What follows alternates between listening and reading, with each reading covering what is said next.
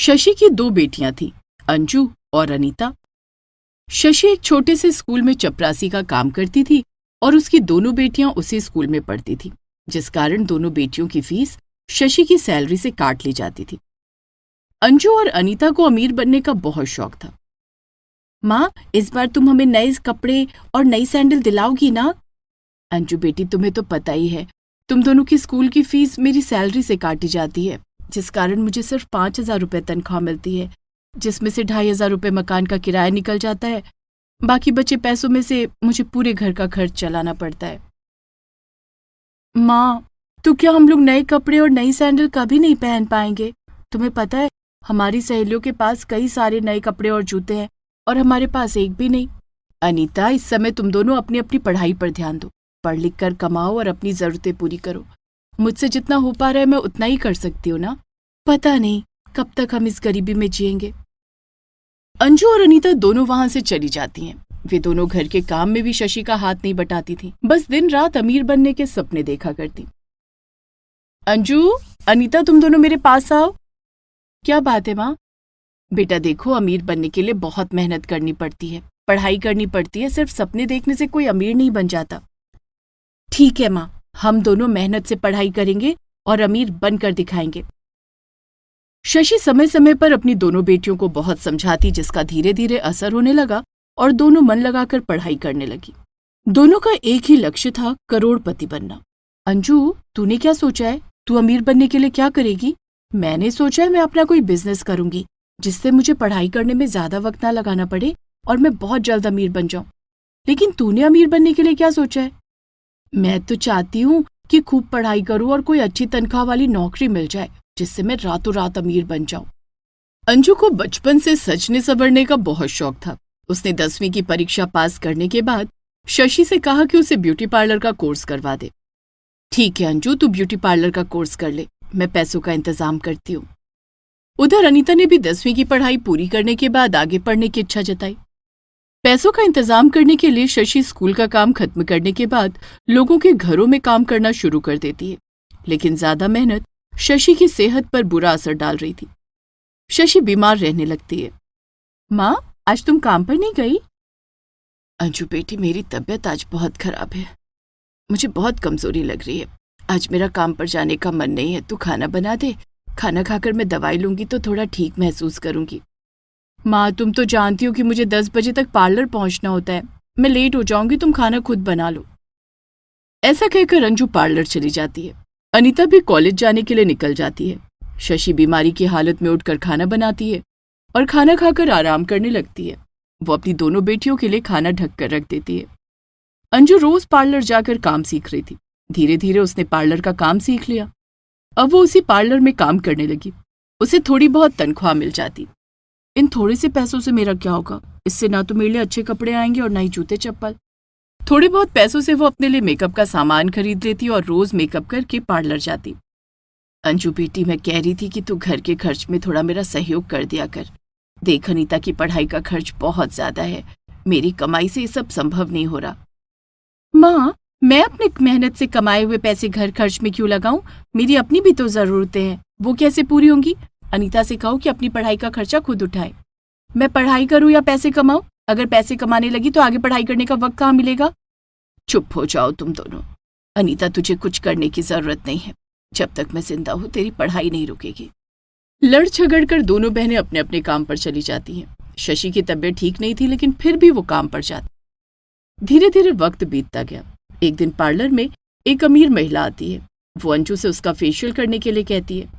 आप बैठिए, मैं अभी आपका फेशियल करती हूँ। वो महिला देखने में बहुत अमीर लग रही थी। अंजू उसका फेशियल करती है और सोचती है, ये कितनी बड़ी गाड़ी से आई है, गाड़ी चलाने के लिए ड्राइवर भी है, इसके घर में काम करने के लिए नौकर चाकर भी होंगे। काश ये मुझे अपनी बहू बना लेती। अंजू उसका फेशियल कर देती है, जिसके बाद वो महिला उससे कहती है, तुमने बहुत अच्छा फेशियल किया है, दिखने में भी बहुत सुंदर हो तुम। मुझे मेरे बेटे के लिए तुम्हारे जैसी सुंदर और सुशील लड़की की तलाश थी। क्या मेरे बेटे से शादी करोगी? अंजू के सपनों को तो जैसे पंख लग गए थे। उसने तुरंत शादी के लिए हाँ कर दी। उस महिला ने अंजू के घर जाकर शशि से शादी की बात की और जल्दी ही अंजू की शादी एक करोड़पति लड़के के साथ हो जाती है। अंजू, ससुराल जाकर हमें भूल मत जाना, हमारी गरीबी का ख्याल रखना। कैसी बात कर रही है अनीता, मैं रोज माँ और तुझसे मिलने आया करूंगी और तेरी पढ़ाई का सारा खर्चा भी उठाऊंगी। माँ, मैं तुझे अब काम नहीं करने दूंगी। माँ और अनीता को झूठा दिलासा देकर अंजू अपने अमीर पति के साथ चली जाती है और फिर मुड़कर पीछे नहीं देखती है। इधर अनीता की हायर स्टडी का खर्चा लगातार बढ़ता जा रहा था, जिसके लिए शशि को बहुत काम करना पड़ रहा था। लेकिन शशि ने उफ तक नहीं की और अनीता को खूब पढ़ाया, जिसके बाद अनीता को विदेश में अच्छी नौकरी मिल जाती है, जिसके लिए उसे मोटी सैलरी मिलती है। अनीता भी शशि को छोड़कर विदेश चली जाती है। दोनों बहनें अमीर बनने के बाद शशि को भूल जाती हैं। शशि अब बूढ़ी हो गई थी और बहुत बीमार रहने लगी थी। उसकी स्थिति अब काम करने के लायक नहीं रह गई थी। ऐसी हालत में वो घर पर रहने लगी। खाने पीने के लिए वो पड़ोसियों पर निर्भर रहने लगी। कोई कुछ दे देता तो खा लेती, वरना कई दिनों तक भूखी सो जाती। इधर एक दिन अंजू का अपनी सास कोमल से झगड़ा हो जाता है और कोमल अंजू को एक थप्पड़ जड़ देती है। मेरी ही गलती थी कि तुझ जैसी भिखारन को अपने घर की बहू बनाकर ले आई। तुझे तो अमीरों के साथ उठने बैठने की तमीज भी नहीं है। गुस्से में अंजू इस बात की शिकायत अपने पति रोहन से करती है। देखो अंजू, अगर इस घर में रहना है तो माँ की हर बात माननी होगी। सारी प्रॉपर्टी माँ के नाम है, इसलिए हम माँ के खिलाफ कुछ नहीं बोल सकते, नहीं तो माँ हमें अपनी प्रॉपर्टी से कुछ नहीं देगी। अंजू सोचती है, अगर सारी प्रॉपर्टी माँ जी के नाम है तो इसका मतलब वो अगर चाहे तो हमें कुछ ना दे, फिर तो मैं गरीब की गरीब ही रह जाऊंगी। वो रोहन से कहती है कि कुछ भी करके माँ जी की सारी प्रॉपर्टी उसके नाम करवा दे। ये बात कोमल सुन लेती है। तो तुमने मेरी प्रॉपर्टी पाने के लिए मेरे बेटे से शादी की है, हाँ? कोमल गुस्से में उसे घर से निकाल देती है। अंजू वापस शशि के पास आ जाती है। अंजू बेटी, तू इतने दिनों बाद सब ठीक तो है ना? रुक, तू बैठ बैठ, मैं तेरे लिए पानी लाती हूँ। अंजू सोचती है, माँ कितनी कमजोर हो गई है, पता नहीं इतने दिनों से कुछ खाया भी होगा कि नहीं। चेहरा सूख कर पीला पड़ गया है। मैं कितनी स्वार्थी हूं कि अमीर बनने के बाद माँ का हाल भी नहीं पूछा। शायद इसीलिए मेरे साथ ये सब हुआ है। वो शशि से कहती है, माँ तुम बैठो, मैं खुद पानी ले लूंगी। उसी समय अनीता भी शशि के पास आ जाती है। अनीता, तू विदेश से कब आई? अभी आई हूं माँ। लेकिन तेरी जॉब तो अच्छी चल रही थी ना? माँ, विदेश में आर्थिक मंदी आ गई है, जिस कारण बहुत से लोगों को नौकरी से निकाल दिया गया, जिसमें मेरी भी नौकरी चली गई। शशि उसे गले लगाकर बोलती है, कोई बात नहीं बेटी, अच्छा किया जो तू यहाँ आ गई। यहाँ तुझे कोई ना कोई जॉब जरूर मिल जाएगी। अनीता मन में सोचती है, मैं करोड़पति बनने के बाद माँ को भूल गई थी, लेकिन माँ के दिल में अभी भी मेरे लिए पहले वाला प्यार है। माँ, तुम हमसे नाराज नहीं हो क्या? भला माँ कभी अपने बच्चों से नाराज हो सकती है? माँ का दिल बहुत नरम होता है, वो अपने बच्चों की हर गलतियां माफ करती जाती है। दोनों बहनों की आंखों से पश्चाताप के आंसू बहने लगे। दोनों शशि से माफी मांगती हैं। माँ, हमें माफ कर दो। हाँ माँ, हमने तुम्हारे साथ बहुत गलत किया, शायद इसीलिए हमें हमारे कर्मों की सजा मिली है और भगवान ने हमें दोबारा तुम्हारे सामने लाकर खड़ा कर दिया। शशि दोनों बेटियों को गले से लगा लेती है। अंजू फिर से एक ब्यूटी पार्लर में काम करने लगती है और अनीता नौकरी तलाशने लगती है। कुछ दिन के बाद अनीता को एक अच्छी नौकरी मिल जाती है, जिसके बाद वो एक घर बनवाती है जहां वे तीनों आराम से रहने लगती हैं। दोनों बहनें शशि का बहुत ख्याल रखती। अच्छा खान पान और आराम मिलने से शशि की सेहत सुधरने लगती है। एक दिन, अंजू बेटी, बहुत दिन हो गए, यूं अपने घर से दूर रहना ठीक नहीं। अपनी सास से माफी मांगकर अपने ससुराल चली जा बेटी। नहीं माँ, मैं तुम्हें छोड़कर कहीं नहीं जाऊंगी। अंजू बेटी, जिंदगी बहुत लंबी है, मेरे जाने के बाद तू अकेले कैसे रहे? मेरी बात मान ले और अपने ससुराल चली जा। शशि के समझाने पर अंजू अपने ससुराल जाती है और अपनी सास से माफी मांगती है, जिसके बाद वो फिर से अपने ससुराल में रहने लगती है। लेकिन इस बार वो शशि को नहीं भूलती है और रोज शशि से मिलने आती है। इधर शशि अनीता का भी रिश्ता तय कर देती है और उसकी शादी कर देती है। माँ, तुम चिंता मत करना, मेरी शादी जरूर हुई है, लेकिन अब मैं अपनी जिम्मेदारी नहीं भूलूंगी। मैं नौकरी नहीं छोड़ूंगी और अपनी तनख्वाह में से आधे पैसे तुम्हें दूंगी। अनीता ससुराल जाने के बाद भी शशि का बहुत ख्याल रखती और हर महीने खर्चे के लिए अपनी आधी सैलरी उसे भेजा करती। इस तरह शशि का बुढ़ापा अच्छी तरह से गुजर रहा था और दोनों बहनें भी हंसी खुशी अपनी जिंदगी बिता रही थीं। नहीं राधा, ऐसे नहीं, इस धागे को यहाँ से घुमा कर ले जाओ। हाँ माँ, ये तो बहुत ही सुंदर लग रहा है और ये तो कितना आसान था। मैं एक फूल और बनाकर दिखाती हूँ आपको। अच्छा ठीक है, तब तक मैं खाना बना लेती हूँ। इतना कहकर राधा की माँ कांता रसोई में चली जाती है और राधा फिर से कपड़े पर कढ़ाई करने लगती है। राधा का इस काम में बड़ा मन लगता था। वो सिर्फ 6 साल की थी, लेकिन फिर भी अपनी माँ की बहुत मदद करती थी। दरअसल राधा के पिता नंद किशोर की गांव के बाजार में कपड़ों की दुकान थी, जिसके लिए उसकी पत्नी कांता अपने हाथों से कपड़े तैयार करती थी। वो उन पर बहुत ही सुंदर कढ़ाई का काम करती थी, जो ग्राहकों को बहुत पसंद आता था और सारे कपड़े हाथों हाथ बिक जाते थे। कांता घर के सारे काम भी करती और फिर कपड़ों पर कढ़ाई का काम भी करती थी। कांता, ओ कांता, ये लो और कपड़े ले आया हूं। इन पर पूरी तरह भर के कढ़ाई करनी है। ग्राहकों की खास मांग है, ठीक है? और हाँ, अगले हफ्ते तक सारे कपड़े हो जाने चाहिए। अरे पर अगले हफ्ते तक कैसे हो पाएगा? घर के काम भी तो हैं और ये कपड़े भी तो है, कितने सारे हैं। तभी नंद किशोर की नजर राधा पर पड़ती है, जो अब भी कपड़े पर कढ़ाई कर रही थी। नंद किशोर उसके पास गया और उसके हाथों से कपड़ा लेकर देखने लगा। अरे वाह, अपनी राधा भी अब अच्छा काम सीख गई है। बढ़िया है, 2 लोगों के हाथ चलेंगे तो काम जल्दी हो जाएगा।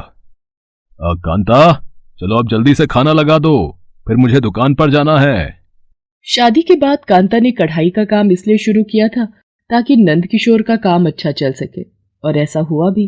लेकिन पैसों की चमक के आगे नंद किशोर को कांता की तकलीफ दिखाई नहीं दे रही थी। कांता सारा दिन काम करके बहुत थक जाती थी। उसने कई बार नंद किशोर को इस बारे में बताया, लेकिन उसने कभी भी उसकी बात पर ध्यान नहीं दिया। आखिरकार वही हुआ जिसका डर था।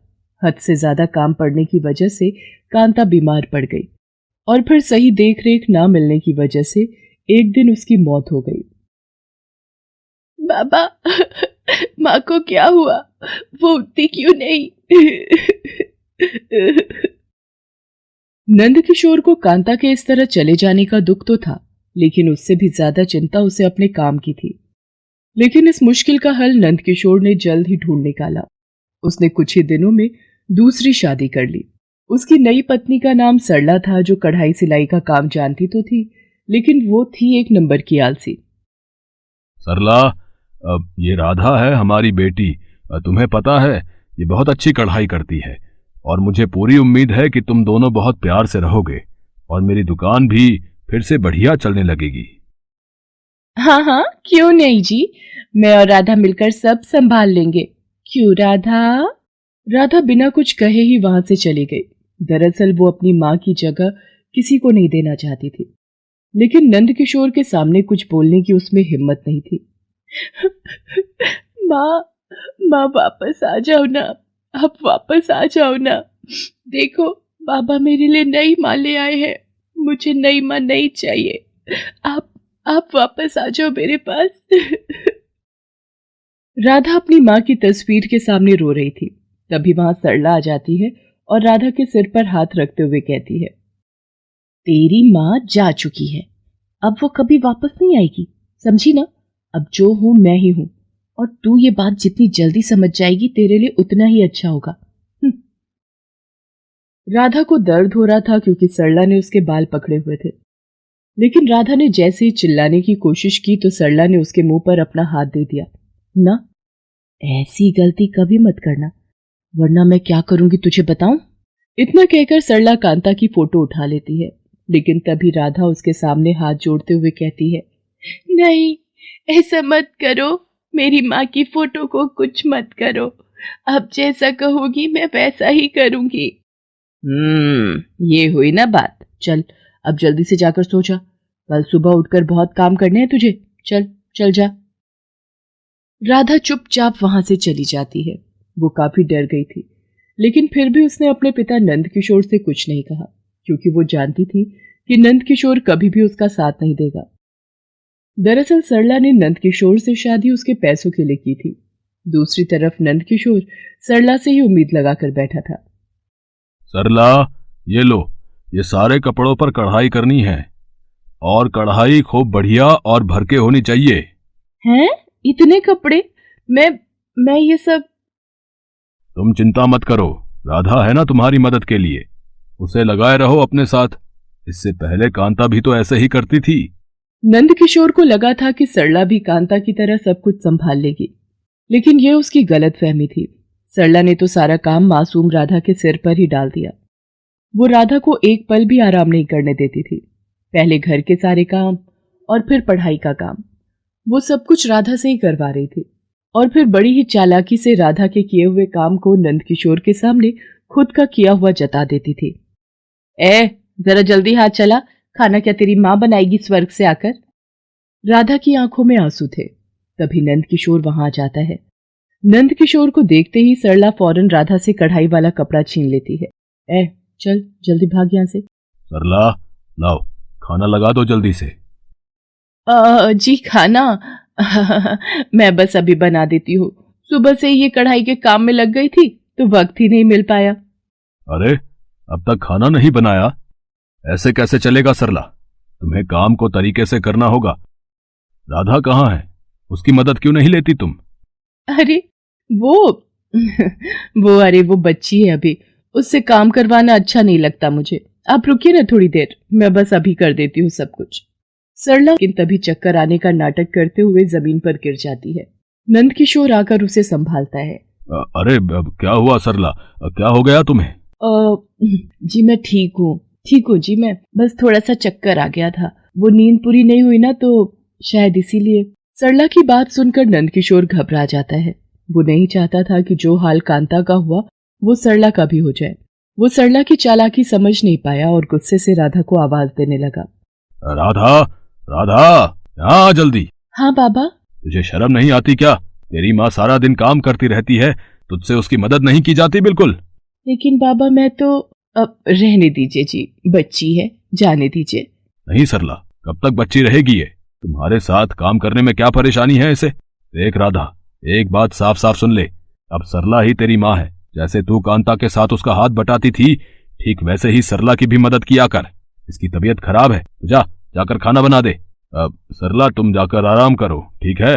नंदकिशोर ने एक बार भी राधा के मन की बात जानने की कोशिश तक नहीं की। उसे तो बस सारा काम समय पर चाहिए था। दूसरी तरफ वक्त के साथ राधा पर सरला के अत्याचार बढ़ते ही गए। वो उसे घर का बचा खुचा ही खाने को देती और कभी भी उससे सीधे मुंह बात नहीं करती थी। माँ, मुझे भूख लगी है, मैं खाना खा लूं क्या? कैसे खा लेगी? अभी ना मैंने खाया है ना तेरे बाबा ने, तो तू कैसे खा लेगी? चल चुपचाप काम कर जाके। और सुन, जरा ये बता, ये फूल जो तूने बनाया है ये क्या बेहोशी में बनाया था क्या? बिल्कुल भी सफाई नहीं है इसमें। चल इसे उधेड़ के दोबारा से इस पर कढ़ाई कर, और इस बार अगर साफ नहीं बना तो देखना फिर मैं क्या करती हूँ तेरे साथ। राधा के दुख और तकलीफों को समझने वाला वहां कोई नहीं था। बस उसकी माँ कांता की फोटो ही थी जिसके सामने रोकर वो अपना दिल हल्का कर लिया करती थी। माँ, तुम क्यों चली गई मुझे छोड़कर? यहाँ कोई मुझसे प्यार नहीं करता। मैंने कितना सुंदर फूल बनाया है, बिल्कुल वैसे जैसे तुमने सिखाया था, लेकिन कोई इसकी तारीफ नहीं करेगा, कोई भी नहीं। क्यों नहीं करेगा? तुमने वाकई बहुत ही प्यारा फूल बनाया है बेटा। राधा चौंक जाती है। वो पलट कर देखती है तो वहां एक आदमी खड़ा था। आप कौन है? मेरा नाम विशंभर है, मैं शहर से आया हूं, कपड़े का कारोबारी हूं। तुम्हारे बाबा का बड़ा नाम सुना था तो उनका काम देखने चला आया, लेकिन यहां आकर पता चला कि यह बेहतरीन कारीगरी तो तुम्हारा कमाल है। बेटा, तुम्हारे काम की तो जितनी तारीफ की जाए उतना कम है। लेकिन एक बात बताओ, तुम यहां ऐसे रो क्यों रही हो? और ये फोटो किसकी है? सरला और नंदकिशोर दोनों ही उस वक्त घर पर नहीं थे। वो दोनों राधा को अकेला छोड़कर एक साथ घूमने गए हुए थे।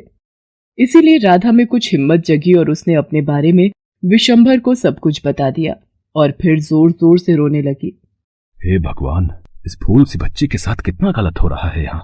लेकिन अब बस, मैं इसके साथ और नाइंसाफी नहीं होने दूंगा। विशंभर शहर का एक बड़ा कारोबारी था। उसके पास सब कुछ था सिवाय एक औलाद के। शादी के 7 सालों के बाद भी वो और उसकी पत्नी सुनीता बेऔलाद ही थे।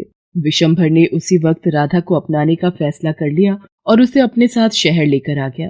सुनीता भी राधा को पाकर बहुत खुश हुई। राधा को पहले तो सब कुछ बड़ा अजीब लगा, लेकिन धीरे धीरे उसे समझ आने लगा कि इस दुनिया में हर कोई सरला और नंदकिशोर की तरह नहीं होता। राधा को अब नया परिवार मिल गया था जहां उसे बहुत प्यार मिल रहा था। दूसरी तरफ राधा के इस तरह अचानक गायब होने के बाद अब सरला की भी सच्चाई नंदकिशोर के सामने खुल चुकी थी और अब बहुत जल्द नंदकिशोर सरला को तलाक देने वाला था।